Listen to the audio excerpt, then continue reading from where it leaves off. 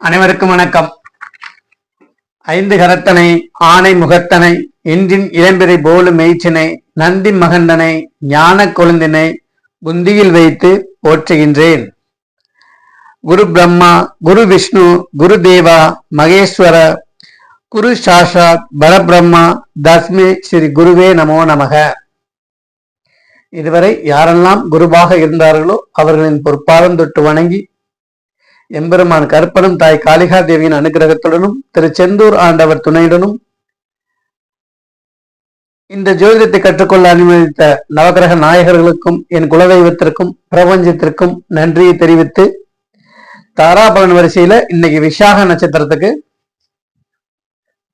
சந்திரனோட தினசரி நகர்வு அடிப்படையில எந்த நட்சத்திரங்கள்ல போகும்போது எந்த மாதிரியான பலன்கள் நடக்கும் அப்படின்ற அமைப்புகளையும் எந்த நாட்கள்ல சுப விஷயங்களை செய்யலாம், அசுப விஷயங்களை செய்ய விளக்கலாம் அப்படின்ற மாதிரி ஒரு அமைப்புல இன்னைக்கு நம்ம பார்க்க போறோம். அப்ப அந்த சந்திரன் 12 ராசி கட்டைகளை சுற்றி வர 27 நாட்கள் ஆகும். ஒரு நட்சத்திரம் 60 நாளிகை என்ற கணக்கின்படி 27 நாட்கள் ஆகும் ஒரு ராசி கட்டத்தை சுற்றி வர. அப்ப அந்த 3 நட்சத்திரங்கள் ஒரு கிரகத்துக்கு அமைப்புல 9 கிரகத்துக்கும் 3 நட்சத்திர தாரைகள் அப்படின்ற அமைப்புல இன்னைக்கு நம்ம பார்க்க போறோம். அதுல 9 தாரைகள்ல ஜென்மத்தாரை, சம்பத்து தாரை, விபத்து தாரை, சேமத்தாரை, பிரத்யேகத்தாரை, சாதகத்தாரை, வதைத்தாரை, மைத்ரேயத்தாரை, அதிமைத்ரேயத்தாரை. இதுல சுப கிரகங்களோட தாரை வரும்போது அந்த நட்சத்திரங்கள்ல நல்ல விஷயங்களை செய்யலாம். பாவ கிரகங்களோட நட்சத்திரங்கள் வரும்போது சுப விஷயங்களை விளக்குவது நல்லது. அதன் அடிப்படையில இன்னைக்கு விசாகம் தான் ஜென்ம நட்சத்திரம். அப்ப விசாகத்துக்கூட குரு பகவானோட நட்சத்திரம். அதற்கு அடுத்தபடியாக குரு என்ற 2 நட்சத்திரங்களும் பூரட்டாதி, புனர்பூசம் இந்த 3 நட்சத்திரங்களும் ஜென்மம், அனுசென்மம், திரிசென்மம் அப்படின்ற அமைப்புல இந்த 3 நம்மளோட ஜென்ம நட்சத்திரத்தோட கணக்குல தான் வரும் விசாக நட்சத்திரக்காரர்களுக்கு. அதன் அடிப்படையில முதல் தாரை ஜென்மத்தாரையோட அதிபதி சூரியன் அப்படின்ற அமைப்புல சூரியன் பாவர் என்ற அடிப்படையில நம்மளுடைய ஜென்ம நட்சத்திரத்திலையும் அனுசன்ம நட்சத்திரத்திலும் திரிசன்ம நட்சத்திரத்திலும் எந்த ஒரு சுப விஷயங்களும் செய்யாமல் இருப்பது நல்லது.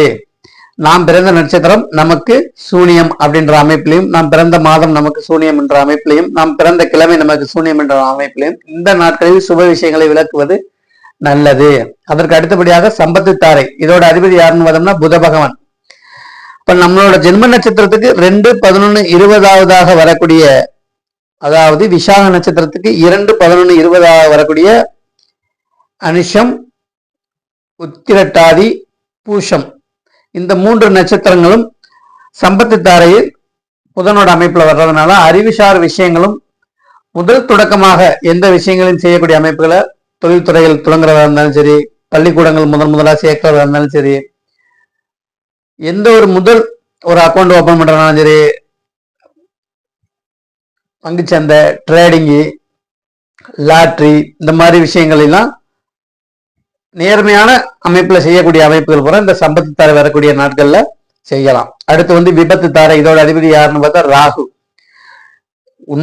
பொதுவாகவே தாரா பலன் அமைப்புல 3, 7ஆக வரக்கூடிய நட்சத்திரங்கள்ல கண்டிப்பாக எந்த ஒரு சுப விஷயங்களும் செய்யாமல் இருப்பதே நல்லது. இது விபத்து தாரை கண்டிப்பாக கெடுபலன்களைத்தான் கொடுக்கும் ராகு அப்படின்ற அமைப்புல. அப்ப ஜென்ம நட்சத்திரத்துக்கு 3, 12, 21ஆக வரக்கூடிய கேட்டை, ரேவதி, ஆயில்யம் வரக்கூடிய நட்சத்திர நாட்கள்ல எந்த ஒரு சுப விஷயங்களும் செய்யாமல் இருப்பது விசாக நட்சத்திரக்காரர்களுக்கு நல்லது. அடுத்து சேமத்தாரை, இதோட அதிபதி யாருன்னு பார்த்தோம்னா இயற்கை சுவரான குரு. அப்ப நம்மளோட நட்சத்திரத்துக்கு, அதாவது விசாக நட்சத்திரத்துக்கு 4, 13, 22ஆக வரக்கூடிய மூலம், அஸ்வினி, மகம் இந்த நட்சத்திரம் வரக்கூடிய நாட்கள்ல வீடு, வண்டி வாகனங்கள் வாங்குறது, நெடுதூர பயணம் செய்வது, சுப விஷயங்கள் அனைத்தும் திருமண அமைப்புகள் செய்வது, சீமந்தம் செய்வது, வளைகாப்பு வைப்பது, பிள்ளைகளை தொட்டில விடுவது, சாப்பாடு முதல்ல ஊட்டுறது, இந்த மாதிரி விஷயங்கள்லாம் இந்த சேமத்தாரை வரக்கூடிய நாட்கள்ல செய்யலாம். அடுத்து பிரத்யேகத்தாரை, இதோட அதிபதி யாருன்னு பார்த்தோம்னா கேது. பிரத்யேகத்தாரை அப்படின்ற கேது ஒரு ஆன்மீக கிரக அமைப்புல இருக்கிறதுனால ஆன்மீக வழிபாடு, மந்திரோபதேசம், குருமார்களின் தீட்சை பெறுவது, அடியார்களை வணங்குவது, இந்த மாதிரி விஷயங்களும் ஆன்மீக வழிபாடு செய்வதற்கு மட்டுமே இந்த பிரத்யேக தாரை கேதுவின் அமைப்புல பயன்படுத்தலாம். அதன் அடிப்படையில் 5, 14, 23 வரக்கூடிய நட்சத்திரங்கள் பூராடம், பரணி, பூரம், இந்த 3 நட்சத்திரங்களும் ஆன்மீக வழிபாடுகளுக்கு மட்டுமே உகந்ததாக இருக்கும். மற்ற விஷயங்கள், சுப விஷயங்களை விளக்குவது நல்லது. அடுத்து சாதகத்தாரை, சந்திரனோட தாரை. இது ரொம்ப ஒரு இம்பார்ட்டன்டானது. நம்மளோட ஜென்ம நட்சத்திரத்துக்கு எப்பவுமே நீங்க அப்ளை பண்ணி பாருங்க. நம்மளோட நட்சத்திரத்தை சேர்த்து எண்ணி 6வது வரக்கூடிய நட்சத்திர நாட்கள் நமக்கு என்னென்ன விஷயங்கள் நடந்தது, 15வது வரக்கூடிய நட்சத்திர நாட்கள் என்ன நடந்தது, 25, 24வது வரக்கூடிய நட்சத்திர நாட்கள் என்ன நடந்தது, நீங்க கண்டிப்பா அப்ளை பண்ணி பார்த்தீங்கன்னா அது தெரியும். ஒரு சுப விஷயங்கள், நமக்கு சாதகமான விஷயங்கள், புதுசா எந்த ஒரு விஷயங்கள் நமக்கு சக்சஸ்ஃபுல்லா ஆகணும் அப்படின்னா இந்த நட்சத்திரம் வரக்கூடிய நாட்கள்ல நம்மளோட ஜென்ம நட்சத்திரத்துக்கு 6வது நட்சத்திரமாக வரக்கூடிய 15, 24 வரக்கூடிய உத்திரம், கிருத்திகை, உத்திராடம், இந்த 3 நட்சத்திரங்கள் வரக்கூடிய நாட்கள்ல சுப விஷயங்களை செய்யலாம். அடுத்து வதைத்தாரை. இதோட அதிபதி யாருன்னு பார்த்தோம்னா சனி. இப்ப சனியின் அமைப்பினால எதுவும் தடை, சுப விளைய விஷயங்கள் செய்வதை விளக்குவது நல்லது. நெடுதூர பயணங்கள் போகாமல் இருப்பது நல்லது. வண்டி வாகனங்கள்ல போகும்போது ரொம்ப கவனமாக இருக்கணும். ரெகுலரா நாம் செய்ய வேண்டிய விஷயங்களை செஞ்சுக்கிட்டு இருக்கலாம். பட் புதுசா தொடக்கக்கூடிய விஷயங்கள், சுப விஷயங்களை இந்த நட்சத்திரங்கள் வரக்கூடிய நாட்கள்ல,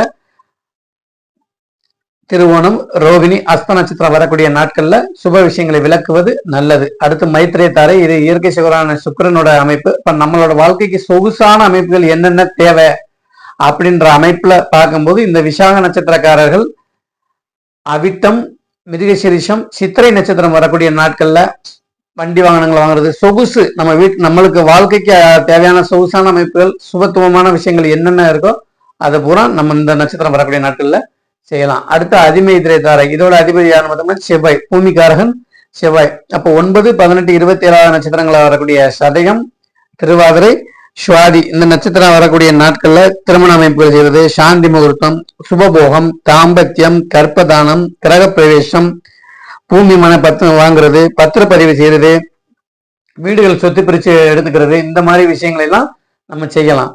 விசாக நட்சத்திரக்காரர்கள் அதற்கு தாரை, 6வது தாரை வரக்கூடிய உத்திராடம் நட்சத்திரத்தோட மரமான பலாசு மரத்தை வணங்குவதும், அந்த மரங்களை ஆலயங்களில் வைத்து வளர்ப்பதும், அதன் இலைகளை நம்ம பாக்கெட்ல நேமினேஷன் பண்ணி வச்சு பாதுகாப்பா வச்சுக்கிறதும் நமக்கு ஒரு நல்ல அமைப்பை கொடுக்கும். வீட்லயும் வைக்கலாம், பூஜை அறையிலையும் வைக்கலாம். இது நல்ல பலன்களை நமக்கு கொடுக்கும். நீங்க அப்ளை பண்ணி பாருங்க. நம்ம சேனலை புதுசா பாக்குறவங்க யாராவது இருந்தீங்கன்னா நம்மளோட சேனலை சப்ஸ்கிரைப் பண்ணுங்க. வாழ்க ஜோதிடம், வளர்க ஜோதிடர் ஒற்றுமை. நன்றி, வணக்கம்.